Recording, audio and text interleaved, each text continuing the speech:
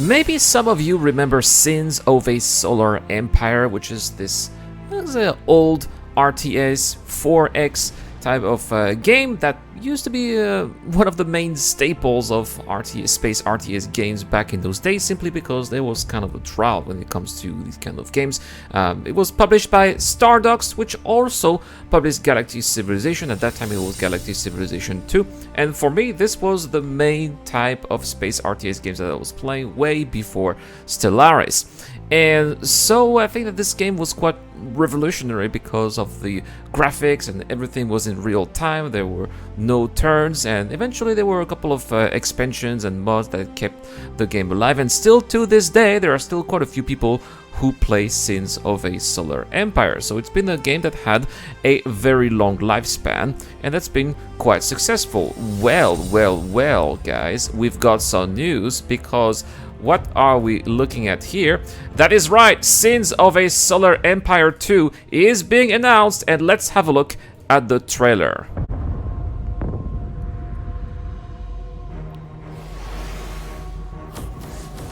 The sins of our past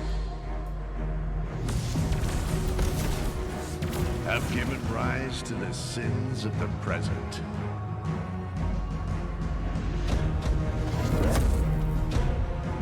And soon, the future.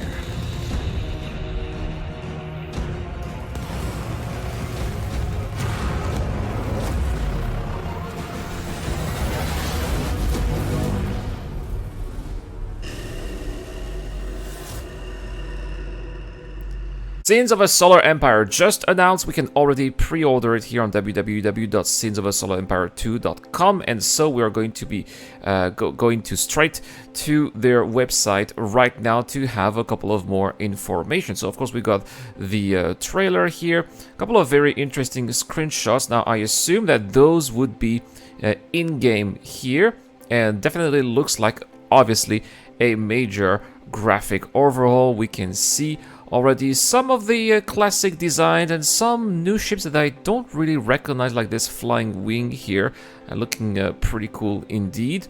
Let's have a look at some more here. How do planets look like? It kind of looks I'm a bit disappointed here with the cartoonish looks here. I mean, come on, this is 2022. It's probably going to be released in 2023. Surely they can do a little bit better, but at the same time, if this can improve performance and eventually multiplayer, then why not, right? It could probably be an interesting trade-off here. Let's have a look at some more human vessels here that we all seen, with lots of torpedoes, and of course these are the signature trails that you see a lot in this game. No, not really a problem with that. Alright, so everybody who's played Sins of a Solar Empire will be familiar with this kind of design. Let's have a look at some of the FAQs, because I do believe that they do have some news regarding their game here.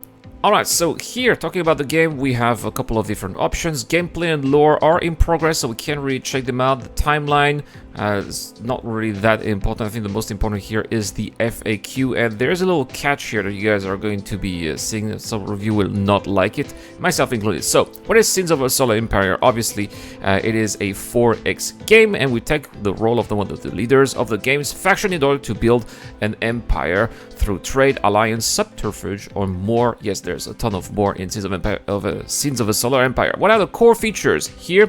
So you're gonna start with your home world, and then you'll be expanding to different other worlds as well. You have different types of ships, including cruisers, frigates, starcrafts, to take over planets around you.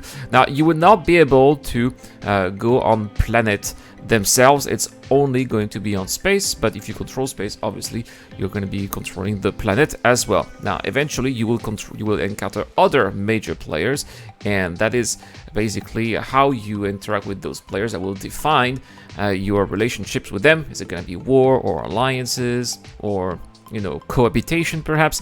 So how is it right now? What is the current state of the game? Well, it is in early access, just like Galactic Civilization 4. I made a video about it, right?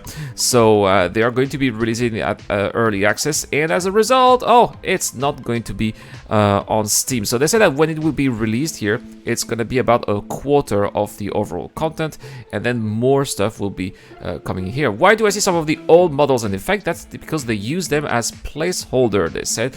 Oh, so that is why we were, I mean, everything looked a little bit familiar here. Is there a founders program? No, but there's going to be a technical preview instead. What will change from the final release? Well, there's going to be multiplayer, as they say. The art will change, the music will change as well. Now, how long will it be in early access? So here they say that they expect early access to last for about a year, and then a large part of that time will be spent to finish, obviously, the game.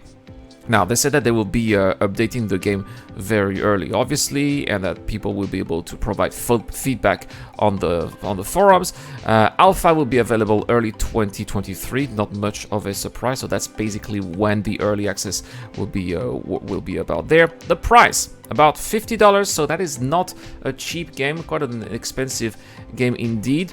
And here, will Sins of a Cellular Empire be on Steam or other platforms? Here they said that they would love to have Sins of a Cellular Empire 2 on as many platforms as possible, but we are focused on delivering the best game possible on Epic.